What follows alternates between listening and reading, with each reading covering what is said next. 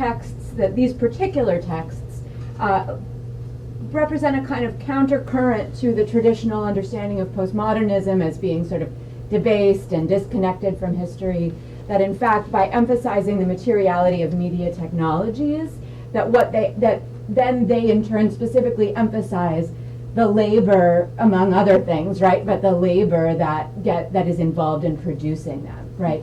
So Thomas Pynchon spends a lot of time talking about workers in what he calls a galactronics department of a large corporate military industrial multinational. And those workers are all disgruntled because they, among other things, don't hold any proprietary rights to the intellectual properties that they create, right?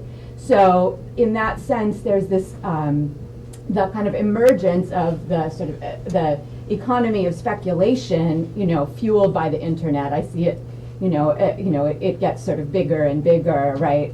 Thinking about sort of things like Bitcoin and other kinds of the ways in which sort of our financial system is increasingly speculative and virtual, right? But that kind of materiality of labor is really effaced by the sort of attention to, or by the way in which technologies of mediation and communication seem to produce the content kind of spontaneously, and that we engage with, right? So those links are there or not there, but we don't really think about who puts them there, right? And I think that these novels specifically do. I think they trace that origin.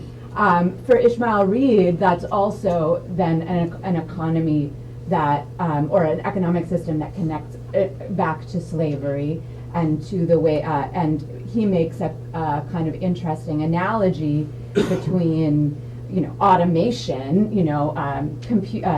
increasingly autonomous technologies and slave labor, and also the ways in which inequality in general fuels this kind of effacement of the labor of the material production, the still very material production of seemingly virtual objects.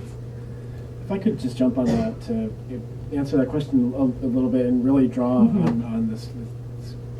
Because that might be what the paper says, right? Yeah, for me, that was what the paper says, right? Yeah, and if you think, if you remember a couple of years ago, there was an episode of This American Life about Foxconn in Shenzhen, China. And I can't remember the guy's name.